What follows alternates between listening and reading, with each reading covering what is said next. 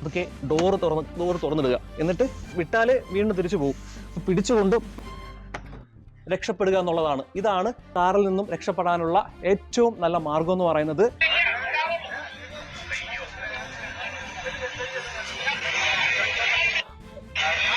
അതായത് ഇന്ന് ഉച്ചയ്ക്ക് കോഴിക്കോട് ഓടിക്കൊണ്ടിരുന്ന കാറിന് തീപിടിച്ച് അതിലെ ഒരു യാത്രക്കാരൻ വെന്തു മരിച്ചു.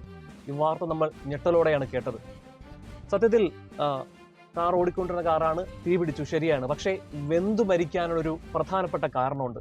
ആ കാരണവും ഇനി ആരും ആ രീതിയിൽ വെന്ത് മരിക്കാതിരിക്കാനുമാണ് ഇങ്ങനൊരു വീഡിയോ ചെയ്യുന്നത്. അതിൻ്റെ ഒരു അവയർനെസ് ആണ്. എങ്ങനെ അതിൻ്റെ ഒരു മരണകാരണം എന്താണെന്ന് വെച്ചാൽ സീറ്റ് ബെൽറ്റ് ഇട്ടിരുന്നു, അത് അൺലോക്ക് ചെയ്യാൻ കഴിഞ്ഞില്ല എന്നുള്ളതാണ് അദ്ദേഹത്തിന് ഈ കാറിൽ നിന്നും രക്ഷപ്പെടാൻ കഴിയാത്തതിൻ്റെ കാരണം. എന്തുകൊണ്ട് സീറ്റ് ബെൽറ്റ് അൺലോക്ക് ചെയ്യാൻ കഴിയുന്നില്ല എന്നുള്ളതും, അൺലോക്ക് ആവാത്ത സാഹചര്യത്തിൽ എങ്ങനെ സീറ്റ് ബെൽറ്റ് നിൽക്കുമ്പോൾ തന്നെ നമ്മൾ ഇട്ടിട്ട് തന്നെ എങ്ങനെ ഇതിൽ നിന്ന് രക്ഷപ്പെടാൻ കഴിയും എന്നുള്ള വീഡിയോ ആണ് ചെയ്യാൻ പോകുന്നത്. നിങ്ങൾ മാക്സിമം അത് ഷെയർ ചെയ്യുക. ഇനി ആരും ഇത്തരത്തിൽ മരിക്കാതിരിക്കട്ടെ. അതായത് ഞാൻ കാണിച്ചു തരാം.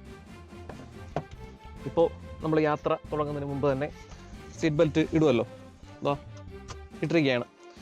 ഈ ഒരു സിറ്റുവേഷനിൽ നമ്മളിങ്ങനെ യാത്ര ചെയ്തുകൊണ്ടിരിക്കുന്നു. പെട്ടെന്നൊരു തീപിടുത്തമോ ആക്സിഡൻറ്റോ ഒക്കെ ഉണ്ടായി.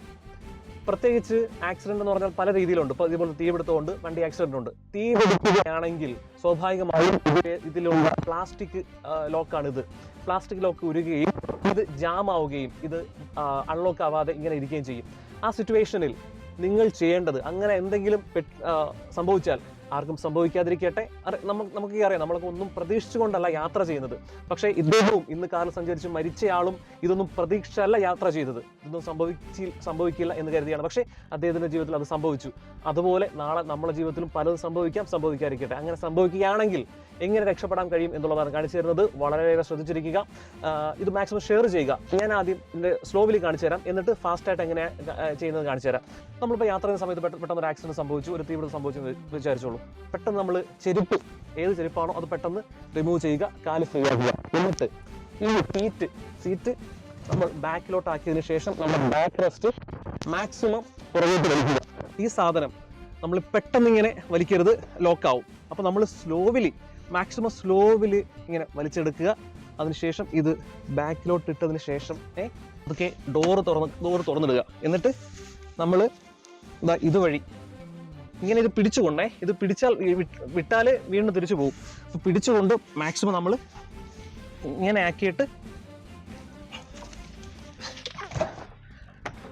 രക്ഷപ്പെടുക എന്നുള്ളതാണ്. ഇതാണ് കാറിൽ നിന്നും രക്ഷപ്പെടാനുള്ള ഏറ്റവും നല്ല മാർഗം എന്ന് പറയുന്നത്. സീറ്റ് ബെൽറ്റ് ഇപ്പോഴും കണ്ടില്ലേ, ലോക്ക് തന്നെയാണ്.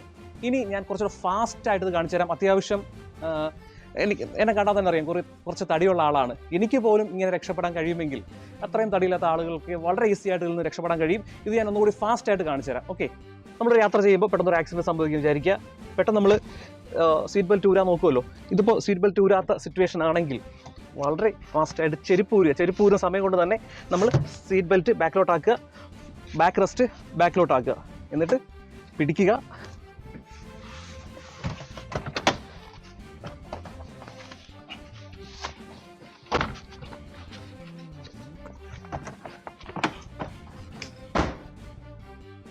ഇത്രയുള്ള സംഭവം. അപ്പോൾ തീർച്ചയായിട്ടും 10 സെക്കൻഡ് തന്നെ വേണമെന്നില്ല നമുക്ക് ഇതിൽ നിന്ന് രക്ഷപ്പെടാനായിട്ട്.